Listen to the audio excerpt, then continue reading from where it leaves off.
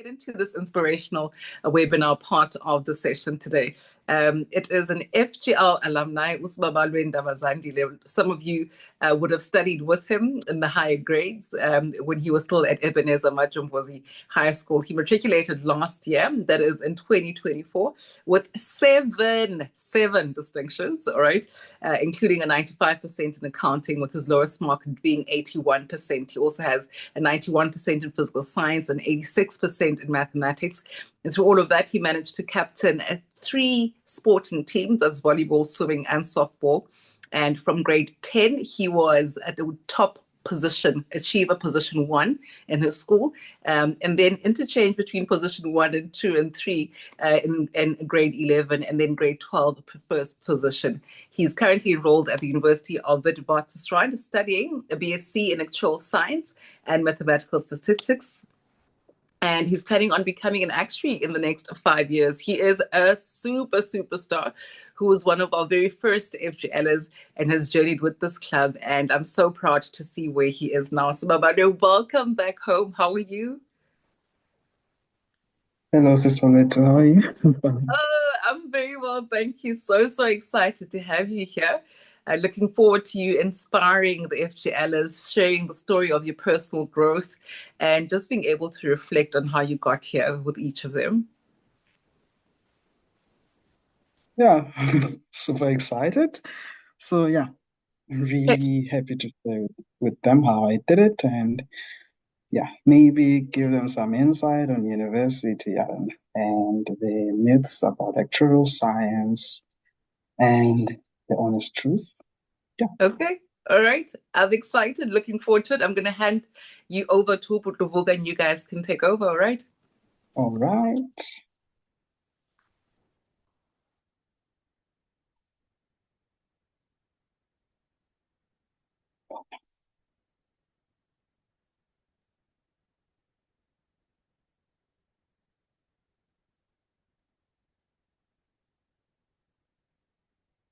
Putuvuga, if you could please. Oh, there you go. It's just sharing the screen. All yours. Okay. So good afternoon, FGLers, proud ambassadors, and proud parents. My mom will be joining us shortly. As beautifully introduced, I am Sibabalwe Ndabazandile, an FGL alumni, an Ebenezer Majumbozi High School alumni, and hopes that in the next 4 years will be a VETS alumni. So yeah, could you please move on to the next slide?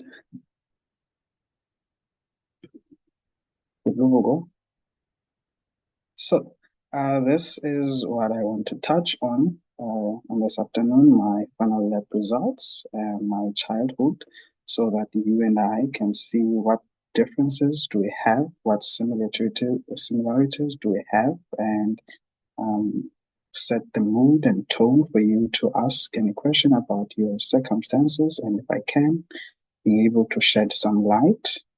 Move on over to talk about my high school and grade 11. So I explicitly focused on grade 11 because I realized the importance of it. And then I will look at a more rigorous approach on how I did it academically, my brute force study methods and whatnot. And then I would look at my conclusion. So that's when you got to ask questions if you have them, and I do hope you have them.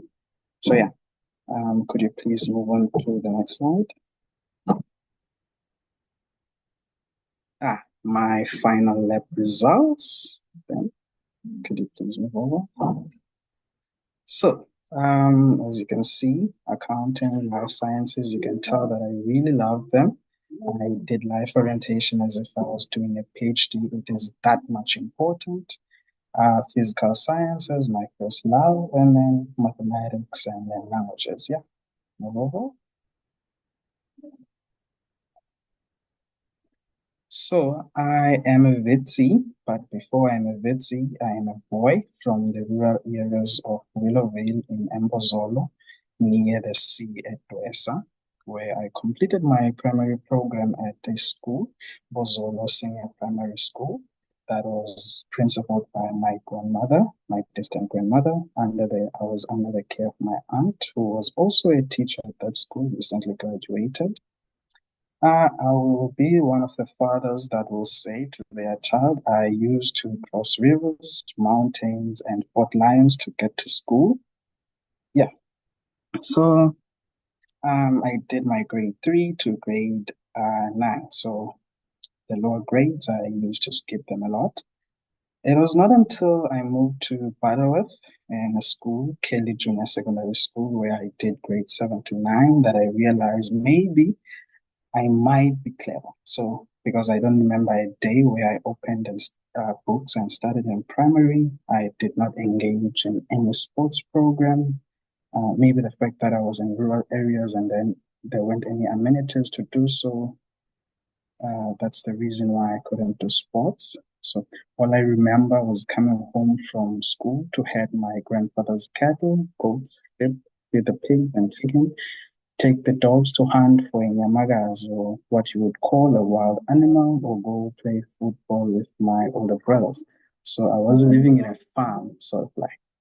So, but even so, I have never failed a grade. As I said, I skipped some, the lower grades, won multiple competitions and awards.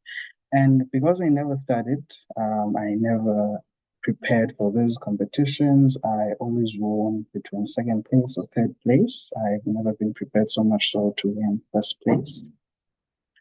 So yeah, when I moved to Butterworth, so I started playing softball, started swimming, and volleyball in the same year. I was appointed as the captain for volleyball. So yeah, and then there was a time in grade 7 that I entered a competition presenting my intended career. That was a groundbreaking presentation. So I did 5 on my intended career, being a neurosurgeon. So you would be having some thoughts now. He's doing actual science, but he presented being a neurosurgeon. And this was the same idea that my family had throughout until I finished high school, that I would be a neurosurgeon. And to their disappointment, I chose actual science. So the presentation won on 3 levels, and in the fourth one, I lost. So did not even appear on the top 5 presenters. So I was super sad until the subject advisor for life orientation called me to his car after the presentation and handed me a sum of 500 rands, followed by the words, "I don't know what is wrong with these educators in Danang." So I was super happy. So that was my colorful grade 7. I also became very popular during that year. So the next year, when I was going to do grade 8, COVID-19 hit. Nothing major happened, so I moved over to grade 9. Not so colorful because my report had -1 and everything because we did not do anything.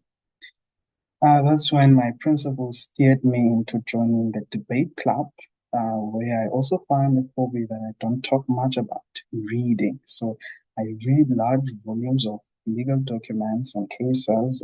I also read novels, either fiction or non-fiction and whatnot. I read financial and political news, and I still do even now. So it was also the grade where I started caring about my level 7s being 90s and 100s, and also the grade where I fell in love with the idea of physical sciences. And maybe this was because that was a leaving grade, so I would have graduated, came to look for school in East London. So next slide. So yeah, I was also in the same year elected RCL president when I was doing grade 9. One of the most colorful things, but I don't like. I led a demonstration to town. Yeah, let's not talk much about that. And during all this time, from grade 8 when COVID hit to grade 9, I used to stay alone in a summer room. I cooked, I had to make groceries, I had to study, and basically all the responsibilities fell on me. That's when I learned responsibility, independence, and whatnot. So yeah. And I had to also look for my tutors and everything. So this being raised from Emakaya is Lalini, where I had it in Gomo and everything, instilled discipline and resilience to me, so much so that I forged through and made it into high school with just only my camp. Next slide. So this is what I mainly wanted to talk about, high school and grade 11. So yeah, next one.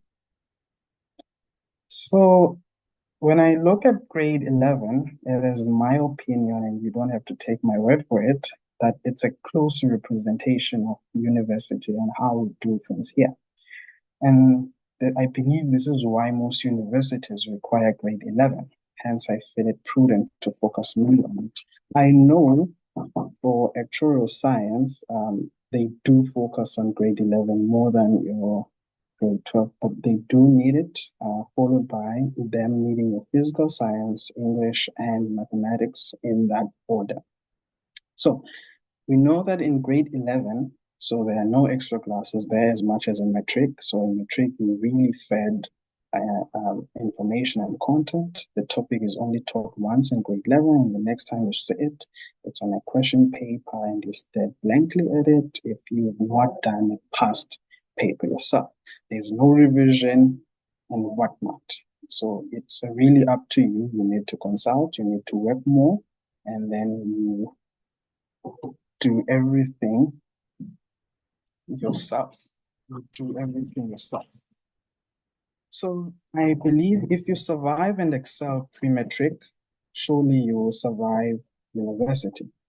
So then maybe from today, grade 11s and those in grade 10, put in twice as much effort in grade 11. And it will be easy to carry over this much effort, will, and hard work in grade 12 and possibly university. Or not possibly, definitely university. I have crossed from pure commerce into science from from grade 10 to grade 11. So I started with my foot very high. So I hoped I could share my report with you, but I couldn't. So I had 88% in physical sciences, 9% in life sciences. I think it was 92 in maths. And this was the first time I did this subject. So I had a very positive attitude from the get-go. And I want to share to you how I did it and how I maintained and be consistent throughout. So next slide.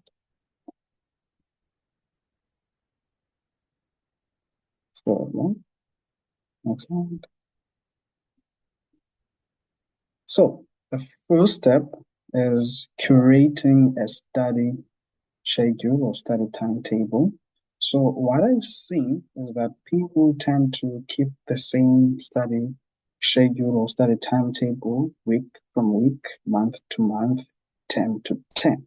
And sometimes they do deviate from this.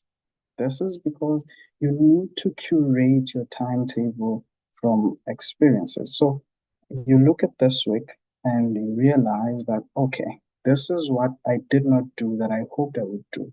Why? What is the reason for this? And then you curate a different timetable that will tend to the deviations you saw in the previous one. So this is what I usually do. So I plan on Sunday. So Sunday is a day that I specifically sit down on my study desk and look at the past week. What did I do in the past week? How did it differ from my study schedule? And then look at how then can I correct that into this one, into this week. So then maybe I don't deviate so much. So your study schedule is something that is meant to be shaped along the way based off on your experiences. You don't take the study schedule from one term to the next. And another thing, when you receive your report card for the term, you would have pledged your results. Oh, I want to achieve this much. You look at the reflection. Reflection is in the term that you look at the extra marks and then you note what are the deviations from my pledge results and my actual results. And then you write this down, you diarize it. Why did I deviate from mine? Is it a positive deviation or is it a negative deviation? And why did it happen? If it's a negative deviation, how do I plan to correct this? And then you key in all of this on your study schedule. And then if it's a positive deviation, why did I do so much than I anticipated? And then you try to see, how can I be consistent in this? How can I uptake this? Because this is what usually happens when you say, I've done good in this one, and then that means I've done better in this one. Then maybe I'm focusing too much on this one. Let me decrease the time there, then that ends up affecting the subject that you achieved very highly in. So you are not now really balancing the subject. You need to balance them, especially when we're talking about languages.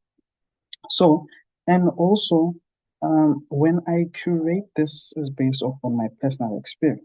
So I saw that to me, saying I will wake up on this day for 2 hours, I will study this, and then from the next one I will study this. It did not work for me. So what I did, I took physical sciences and said, I'll do physical sciences on a Monday. I'll do mathematics on a Tuesday, accounting on a Wednesday, Thursday, I will do life sciences. This allowed me enough time to look at the subject in its entirety. Then, um, in terms of how I took breaks during this day when I'm specifically focusing on physical sciences, I I know that for 3 hours I'll be in an exam. I don't take breaks for 3 hours. If it's accounting, I know that 2 hours I'll be in an exam. I try to train myself so much so that I can even feel it inside my blood that 2 hours is going to end now. So I don't have to look at the time and everything. So the thing of time allocation does not only start when you're doing a past question paper. It starts when you study. You sit down, ABC, apply, BAM to chair, and then you really look into the subject. You are still studying. You're not doing a question paper. You're trying to take the content in. Take that 3 hours that you are going to write for mathematics. And then it will be in you that now I feel it.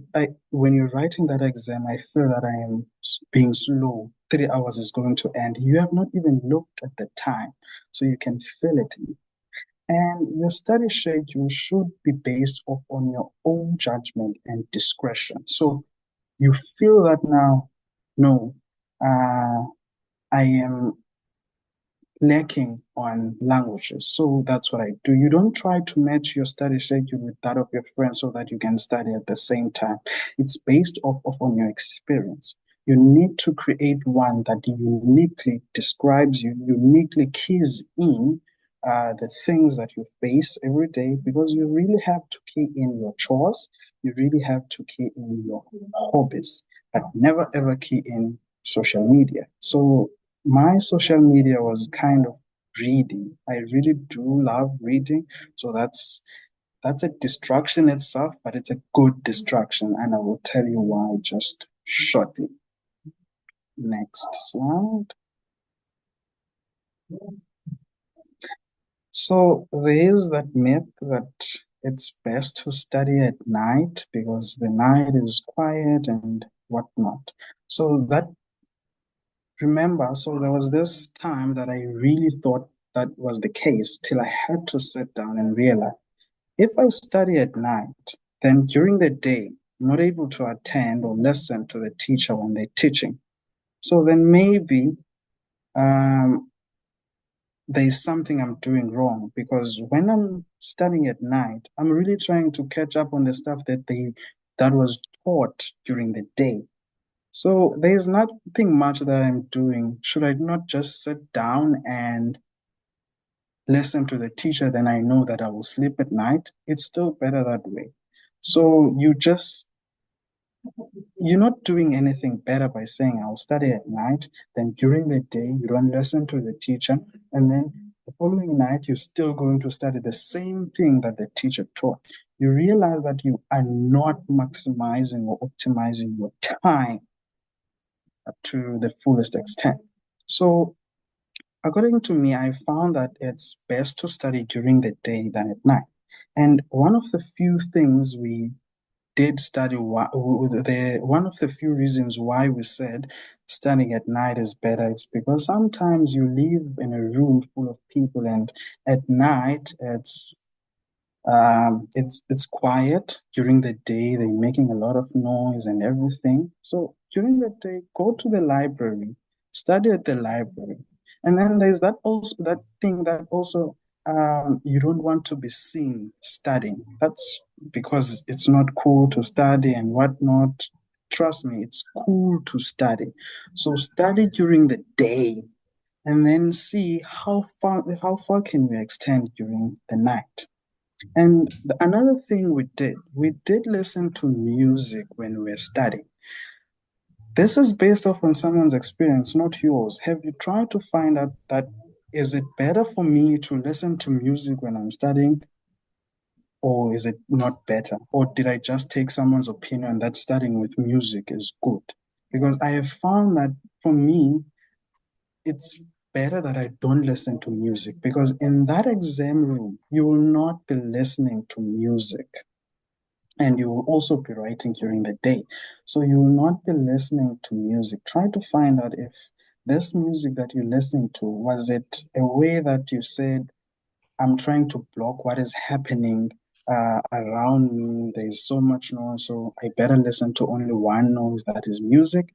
But still, and but still, try to find a quiet place. Don't listen to music, and this will allow you to get into what I call the zone.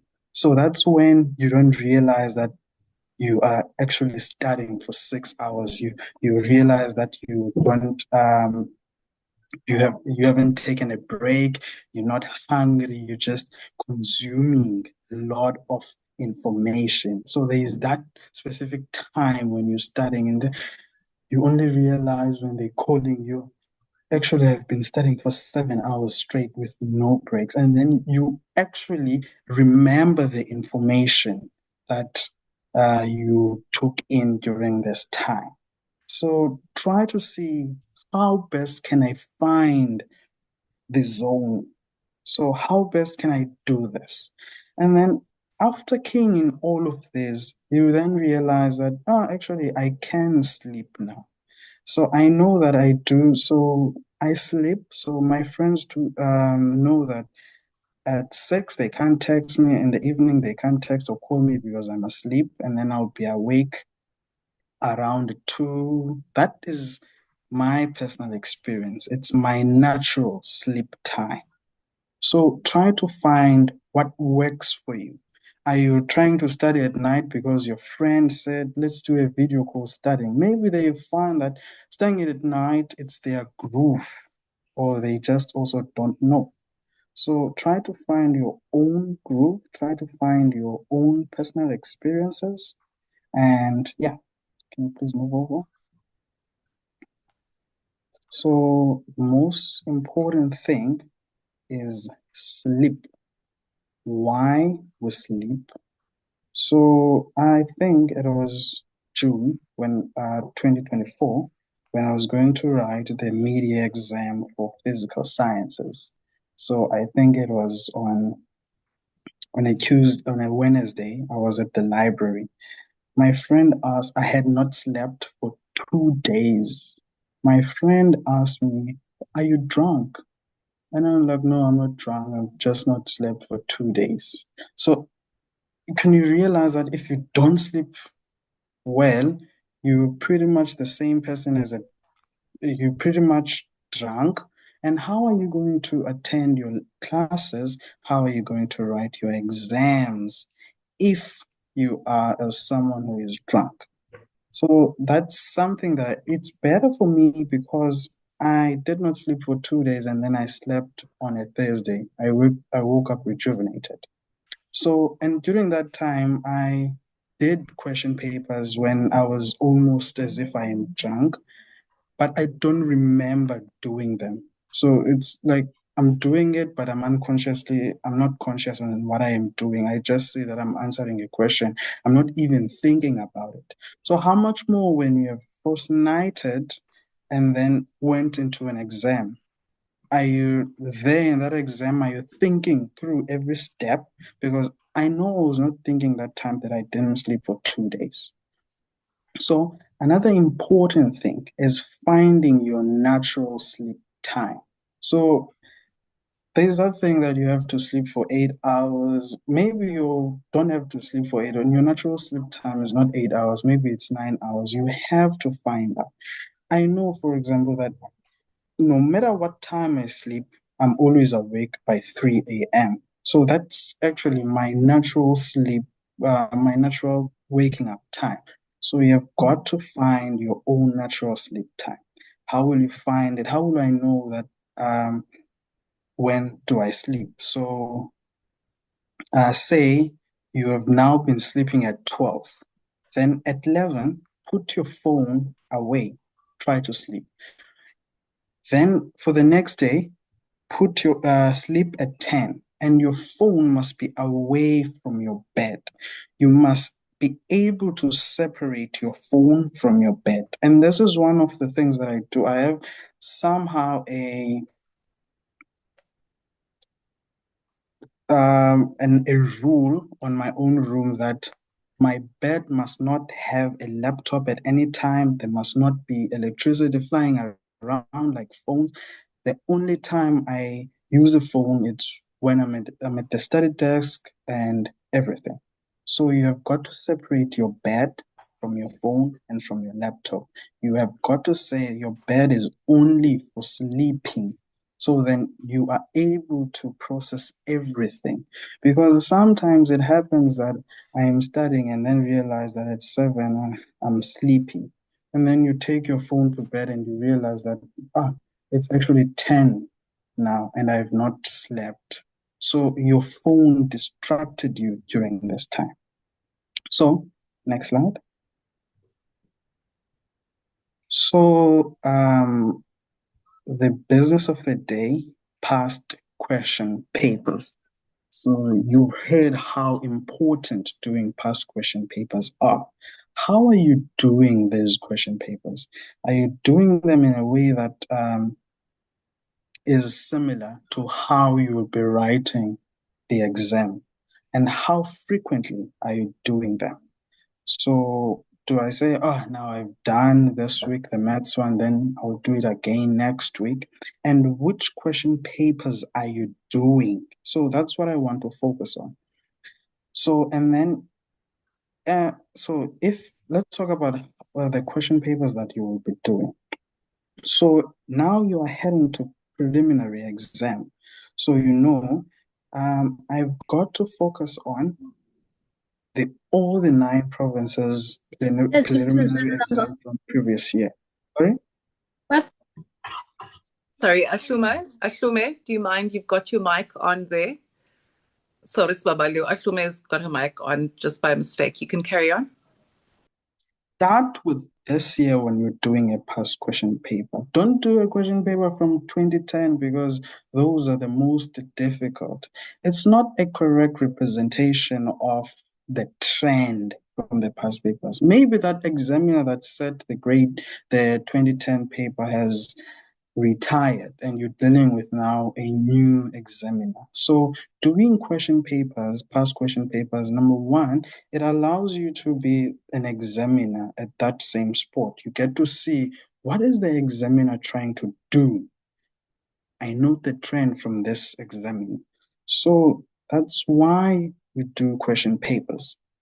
And secondly, when you're doing question papers, start with the preliminary exam for last year, move on to June, move on to March, and then go down with the years from 2024, 2023, 2022, 2021. Don't start with 2021, 2022, 2023, and then 2024. You will not see the trend from there. And then after doing these question papers, are you reflecting on them?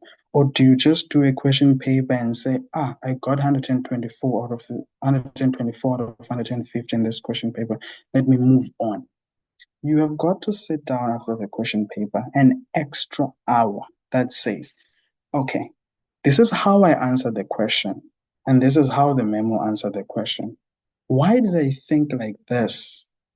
And sometimes you really have to go to consult because you don't know why did you think like that or why is the deviation between the memo. You have got to sit down, reflect from a past paper. This is what I answered. Okay, this is the correct answer. Even if you are doing that multiple choice and you realize that instead of A, you chose B, try to understand why is it not A, and also understand why is it B. So, and when you're doing these past question papers, you have got to set it in more like an exam condition type of way. It must be called as that exam room. You must use papers. That's what I'm going to talk on next when we talk about old tech versus new tech. The old tech versus new tech, it's more like looking into the fact that our generation are iPad kids, laptop kids, and everything. So, and this is not a correct representation of the exam situation. So one piece of advice that I was, or one piece of example that I was given was the fact that you can't be playing on a PlayStation, football, say, and then uh, and then say you can play football. It's the same thing as saying I'm driving a car on a PlayStation, and then you can automatically drive on like real roads. That's not the case. You have got to set the mood. You have got to print the question paper, not just screen it on a laptop and do that question paper. You have got to use a double sketch paper when you are writing that past paper. You have got to create the exam condition. And also, when you're writing on that iPad, you realize that if you made a mistake on that iPad, you just erase it. And then at the end, when you're reflecting on your work that you did on that iPad, you see that this is so beautiful. But if you had done it on a paper, you would realize that I had scratched this much. My work is bad. My work is ugly. It's not beautiful. What about the person who will be marking it? Will they be able to see it? And you're not able to think on these when you're doing them on a computer or a laptop because you see something that I've erased or it typed out again or erase it or whatsoever. You see something that's beautiful. And this is not a correct representation of what you did and how you can work on it. So by writing on that paper, you are able to see that I have to work on the fact that I start a question 3 times. On the first time I started and made a mistake. On the second time I did it and made a mistake, and then I only got it on the third time. What was the reason for that? Why did I start it over like 3 times? You will be able to see it when you're setting that exam condition, writing on that paper, not on your iPad, not on your laptop or what's on. Even when you're taking notes from the teacher, write them on paper. You're really creating the groove for that exam condition. And if you do this, you then don't have to worry about your time because when you're doing them on an iPad, it sometimes take very less time. But when you're doing it on a paper, it takes a lot of time. And then you're really training yourself at that point in time. So the next one is study groups and consultations. So my study group is not the study group that someone will stand there and teach on us. So Onwaba would stay across the room and I would stay on the other side. He would study. Then when I'm stuck, I'll go to him and say, ah, I'm stuck on this. But I remember one time he was down the class and I was then on the up part. And then I said, I'm stuck with Well, it's on algebra. Yeah, I'm not sure what's the topic now. So he came to me and assisted me. So that's my study group. So we assist when someone is stuck. And he said when he came over to me, let me look at what you have done. He didn't just come up and show me that this is what you should have done. He looked at what I had done. And when sometimes I just looked at the question and said, I am stuck, I don't know how to answer this, he said, you have called me for nothing. I need you to write something so that I can comment on it. And also, I did the same to him when I saw that I'm strong on this side and he's also strong on that side. And you also need to consult your teachers. And when you're consulting your teacher, don't take only the question paper and say, I'm stuck on this question. Take that question paper and how you have attempted to answer that question and hand it to the teacher. This is what I did. This is the question paper. First, before showing me what I have done, first, before showing me how to do it, tell me what I have done wrong. And sometimes the teachers are able to pick out that you have a misconception on this and they are able to stress on it more. So when you're doing that question paper, reflecting on it, going to consultations for it, best prepare, hand in the work that you have done wrong. And if you can say that I can't really start on this question and you know that it has been taught, go back to the book, try it, and then go to consultation and say, this is what I have done. It's wrong. It's not coming out, or it's not the one similar to the memo because I can't understand the memo. I need you to help me understand it. Need you to help me understand what I have done wrong, not understand how to correctly answer this first, but what I have done wrong first, and then how to correctly do it. And then the next thing, when doing past question papers, I saw that for me it's best fit. Now you are not in near sight of exam. They are still far away. So during this time, I used to do paper two a lot. One time I asked my maths teacher, which paper is the easiest? She said, paper two. Which paper is the most failed? She also said, paper two. And the reason for that, it's because we only doing question papers for paper two on Saturday and Sunday, and then on Monday we are writing. Whereas for paper one, we had Monday, Tuesday, Thursday, and whatnot. So you have got to put in the same effort in paper two as you did in paper one. And the reason sometimes we do this, we don't put in as much effort, you realize that there are 13 topics on paper one and there are only 4 topics on paper two. But remember, they carry the same marks. So if the paper is 150, both of them will be 150. What is the reason for you not to put in the same effort? So from now, there are no exams in sight. Start preparing for that paper too. Because I tried to do this, say during the week from Monday to Thursday, I would alternate between paper one and paper two, but I was more stressed about paper one. And then without realizing I had done only paper one, not paper two. Then that's how I failed paper two.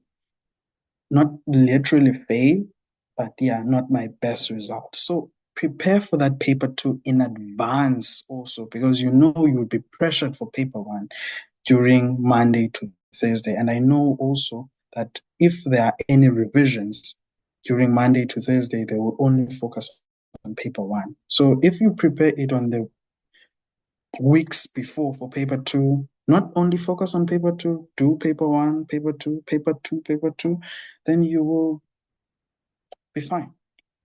Next slide. Next slide. So I want to look at a more rigorous approach to life science and accounting. This is because in grade 11, I've joined them because in grade 11 and 12, accounting is more theory than it is calculation. Also, life sciences, it is more reading. So they kind of the same to me. So for classes, this is what I did. I pre-read for classes.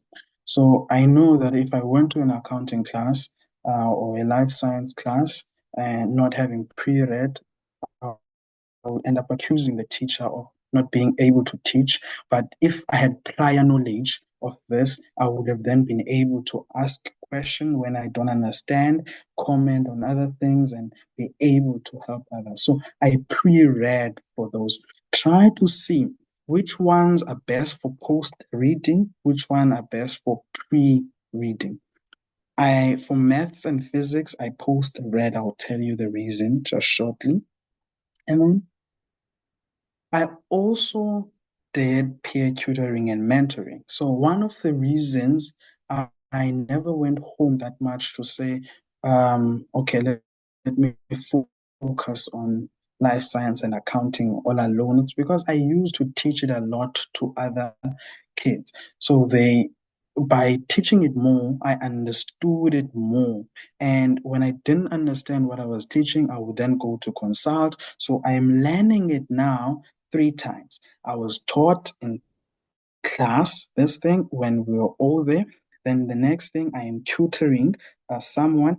I see that I don't understand it. I go back to my teacher, try, and then my teacher explains it to me. I then go again to explain it to you. So I've learned it 3 times. And then I have in this way optimized my time doing it.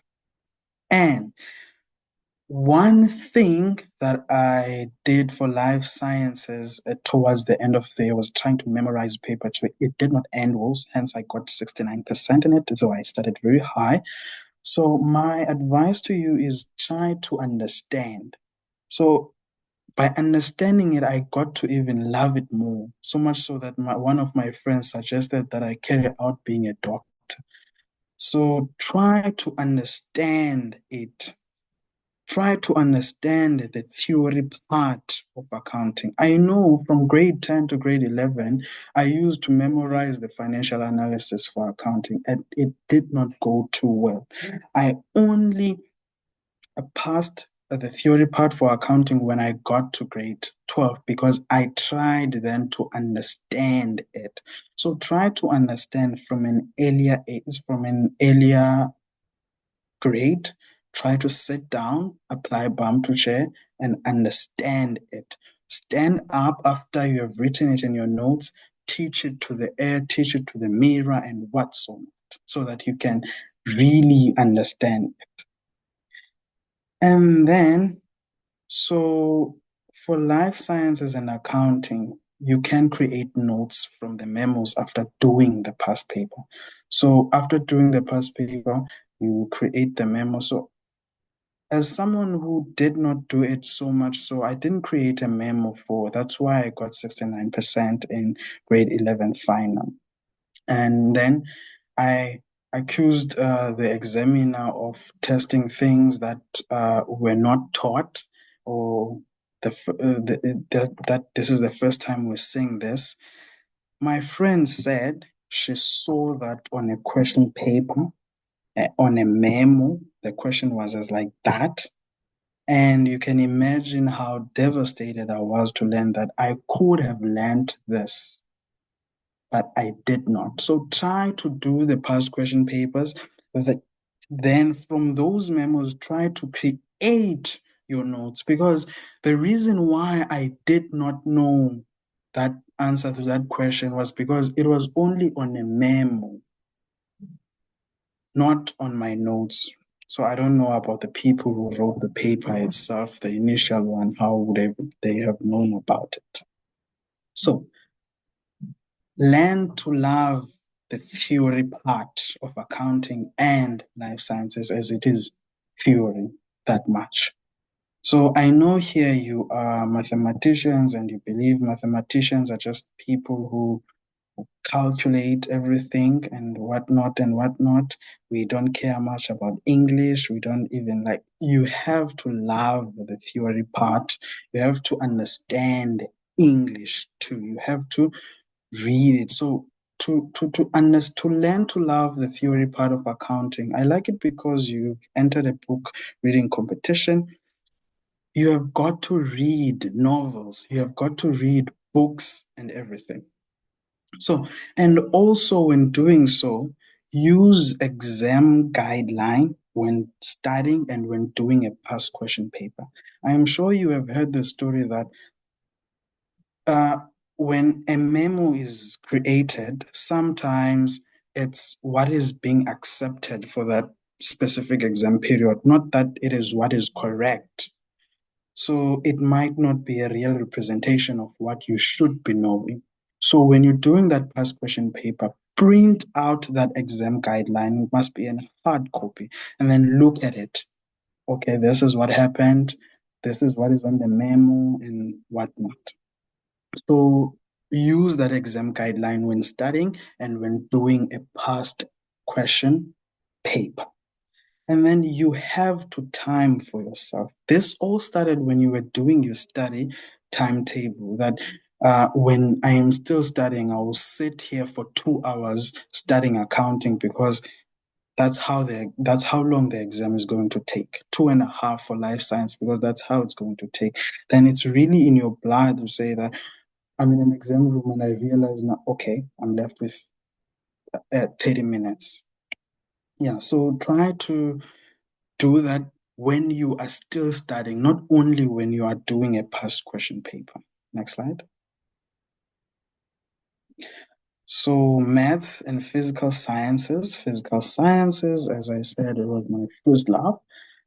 So a video I saw somewhere said if on a physics uh, question paper, the first thing that you rush to is to see if the formula sheet is there and the formulas are there. So if the formulas are there and everything is there, then maybe you should have sat at home and not write that exam. And that is very true. According to me, you have to be able to internalize every formula. You have to know every formula. You have to understand the formula. You must be able to, if there is somewhere that formula they are deriving it, try to understand, try to learn it. Then you will understand when to use that formula. Then I know in mechanical energy and power, a lot of people used to struggle with what formula to use. It's because they did not understand the formulas, the uh, and the definitions of that concept, that now they are blank, they don't know what to do, what formula to use. But if you were able to learn the formula, understand the definition itself, then you will be able to write that exam flawlessly. And then a more rigorous approach on maths. So yeah, I'm now doing probability and financial maths more rigorously in university. And I know that in high school, this was something that I hated, probability and financial maths. It also linked to word problems too. So how do you then get about understanding what to do? You have to understand that mathematics is a language as much as English is also a language. But you can't understand the language of mathematics. You can't communicate in mathematics if you can't communicate in English. You have to first read books for English, read novels, whether fiction or nonfiction, understand the English language. Do not be lazy to read things. That way, you will not be lazy to read the word problems for probability and financial maths. You will not be lazy to plan answering for probability and the financial maths question and also the word problems. You have to plan for them. You have read the statement in its entirety. You have understood every aspect of it because you have familiarized yourself with reading and everything. So that's how I think you can approach probability and financial maths. You have to understand that there's a difference between saying every day until or every day before. There's difference. So you will understand it when you hear. So I had not always liked geometry, especially trigonometry, so much so that sometimes I used to create my own identities. So you have to I changed my attitude towards it. Before I even knew that I could pass it, I told myself that, you know what, geometry is my favorite. I love geometry. I love Euclidean geometry.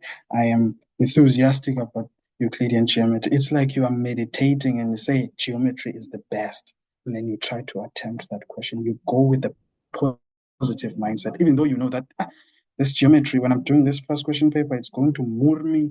But don't lose that enthusiasm for it. Instill it when you still don't like it now. Say, I love geometry. You will love it. You come to love it. And I've also realized that Euclidean geometry is the easiest. That was the easiest 50 marks for me when I was doing paper two. So I have also said this, that paper two is the easiest, but it's alleged that it's the most failed. So you should change your attitude towards how you do paper, how you prepare for paper two. Don't look at the question and say, oh, so paper two for maths is like 4 topics. In chemistry, it's very easy, and then you fail it because you think organic chemistry will be easy. So change your attitude. And then, so let's look at physical sciences. So one of the things that are most brutal here, it's the multiple choice questions. So what I did when I was doing that multiple choice question, I noticed a trend that okay, if we're looking at physics, the first 3 questions are on Newton's laws. So let me not try to write this answer this multiple choice question. Let me get first to question 2, question 3, and question 4. Answer the heavy content itself, and then go back and answer those multiple choice questions. It will be easy. And the next thing that you should be doing is not saying, I've in multiple choice question for physics, you really have to calculate everything. So it's not the same for other subjects that you can say, oh, this is the answer. This is not true. This is the answer. You have to calculate. You have to come up with it. So my best advice for you is to say, I'm doing question 2 to question, then let me go answer A, B, C. So multiple choice 1 to 3. And then for the next one, it's vertical projectile motion. I know that 2 multiple choice question can come up from vertical projectile. So let me answer VPM, the long question, and then go back to the multiple choice question. You are really getting in the groove then for the multiple choice question, because that's a lot of marks. And you have to use the exam guideline when studying. So I noticed that, so in memos, you will say that the force of gravity is labeled as Fg, but sometimes the teacher will say, oh, the exam guideline is saying that is wrong. It's actually have to be W. And they were marked during that year when they said it's Fg because it was what was accepted during that time. So you have to use the exam guideline when you are studying. And you identify the trends and the style of the examiner. You are really getting to know who actually is the examiner. What do they like? You realize, oh, this examiner is so weak when it comes to organic chemistry and whatnot and whatnot. And then you're really able to understand it, because in that moment when you're sitting for that exam, you are an examiner, you're a marker, you are also a student. And this is always important, that you should consult when you have a problem with a question. You don't understand how it's done. You don't always have to accept what's on the memo and say, oh, I was wrong. This is what on the memo. You don't accept that all that. You should fight with the memo if you do believe in your answer. Fight with it. Go to your teacher and ask about it. And also, don't jump. So this is what I've said before. Don't jump from a past paper to the next without knowing why you were wrong. Why did you get 124 out of 150? Why did you get 149, not 150 out of 150 in that question paper? I hope that this is as crystal as it can be. Next slide. So I've talked about my friend, Onwa Matwasa. You would all know them. Those were my study buddies, and we did it together. And it's nice because those are friends that started as academic friends, and then we grew to be social friends. We talked about social things. Don't start with a social friend. So this is my opinion too. You don't have to take my word for it. Don't start with that social friend and try to create that study partner. Take that study partner, try to create them a social friend. And you realize that everything you talk about is the beauty of physical science, the beauty of mathematics and whatnot. And the events that we used to attend, you will see on the next slide, we used to attend camps and everything together. I know we were always on the road to things that we liked, that were educational, to the psycha camps and whatnot. And even though that is, you still need to have your personal time. But yeah, you should really have that time, but not that time for saying, I'm going to scroll through TikTok. Try to read a book. Substitute that with a book. No matter the book, if it's fiction or non-fiction or whatnot, or it's a self-help book, try to read that book. Try to invest in a reading. Or the likes of Jeff Bezos, Elon Musk do read. So yeah, maybe there's some secret to reading. Next slide. Grade 12 and beyond. This is really more into me. So Sorry to interrupt you, Sibabalwe. Kazimla, just to note if your mic is on, sister, if you could please turn off your mic. And also, guys, if you have any questions for Upward Sibabalwe, please put them in the chat box. We'll get to them, and just after his presentation, we'll do about 5 minutes of a Q&A. So when you're heading to, so grade 12s are now heading to preliminary exams, and later on they would be in finals. So what is your state of mind right now? So you possibly tired. You learned that we lied when we say grade 12 is only 6 months and that grade 12 is actually 13 months. And so really gather your thoughts, diarize everything that has happened, see what went on during the year, and try to see where can I change, where can I be consistent. So all I've got to say to grade 12s, if it has worked for you till now, keep on doing it. So if you see that it's not now, I've not been doing that good, try to talk to your peers and everything. We are also there to help you and everything. So there's not really much at this time of the year that we can say to grade 12s change, but we can see some things that we can change, but you can still make it. And you need to prepare for your finals. So maybe something that I would have done differently. It was during this time when my friends were studying for preliminary exams, and I asked them, why are you studying during this time? Kuse eleganje nuyigani. But buyiga preliminary exams. And then that's when I got scared too. So those are the friends that you should keep too. Those are the ones that would say, let's study. They will keep pestering you with questions and everything. You will be free to talk to them. And then I've also talked about the camps, trips, and career guidance seminars. You would have seen that I said I wanted to be a neurosurgeon in grade 7, but now I'm doing actuarial science. That was all through the help of career guidance seminars that I realized that I'm not about to stand for 24 hours operating on someone. So yeah, and why actuarial science?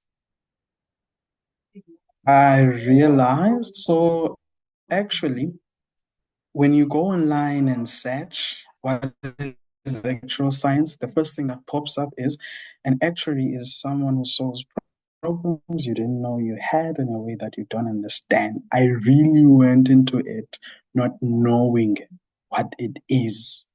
So I was hoping that I would have time to share what it is for those that really do want to go there. So, yeah, it's all about probabilities, statistics. You really have to love statistics, and I've grown to love it. You really have to love interpreting things. So, analyzing things. So, it's one of the few things that you don't depend on calculators. You actually judge your answers before it comes out and say, there's no way this is going to be. So it's really more like that. So it's something that excludes you from the dependence of the calculator. And that is something that I hope you also do in metric. And you see that there's no way this answer is going to be correct before you even punch on that calculator. Don't depend on it too much.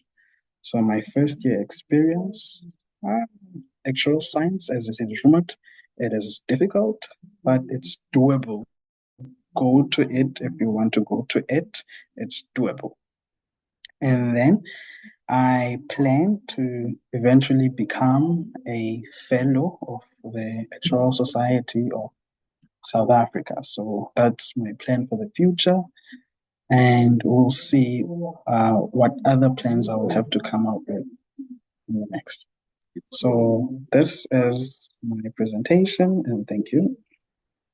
Oh, wow. What a treat. Thank you so much, Sibabalwe, for that very well thought out and intentional presentation that was so relatable, that really spoke to personal growth and true reflections.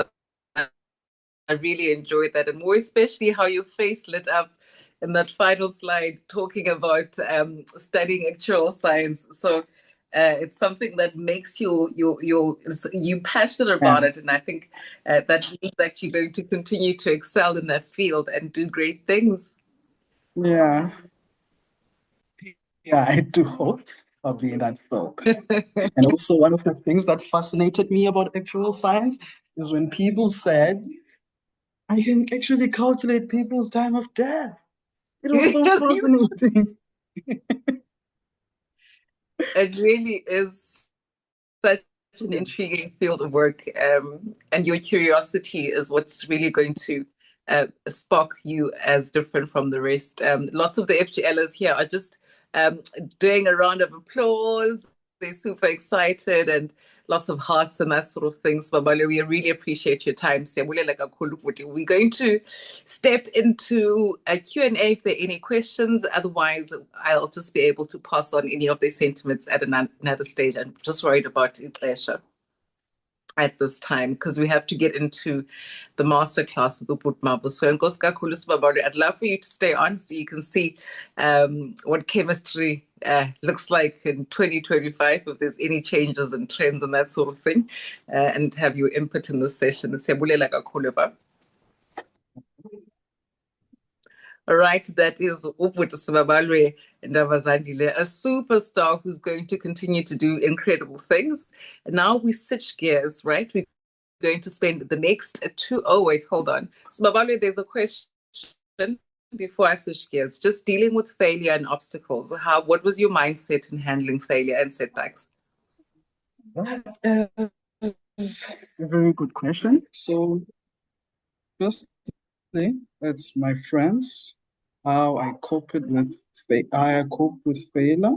So I really talked with my friends, and even though sometimes I feel like you don't don't be in a competition with your friends. That's what I'm going to say. Learn to ask them questions. Learn to sit by your mom's bed and tell them your problems and then just leave without hearing even her answer, and then just talk it out. Talk with your mother, talk with your father and everything. Talk it out. That's how you deal with failure. You don't keep it in. Okay. Yeah. Let me see if there's any other questions. I'll probably do. Okay, so there's a question obvious asking about how you discovered your passion for actuarial science, but I think you already indicated that when you were talking about your camps and career guidance and job shadowing. Sorry? There's a question about how you discovered your passion for science after switching from a pure commerce to science and also to excel at the same time? How did you know that you'd be great at science? I actually did not know. Okay. But you knew you didn't want commerce. I think my fear of failing is what made me phenomenal in physical sciences, because I was afraid to fail, because the decision was a very brave one. A lot of people said I would fail. I wanted to prove them wrong. So that's how I then also developed my love for physical sciences, especially chemistry, because when I got to grade 11, a lot of them said they hate chemistry. And I said, even before I knew what was chemistry, I stood in front of a mirror and said, you love chemistry, you love chemistry, and you love chemistry. And then I grew to love it. All right. So attitude and wanting to prove everyone wrong, because excellence is a choice that you make. Ne? Yes. All righty. Well, thank you so much. I'm going to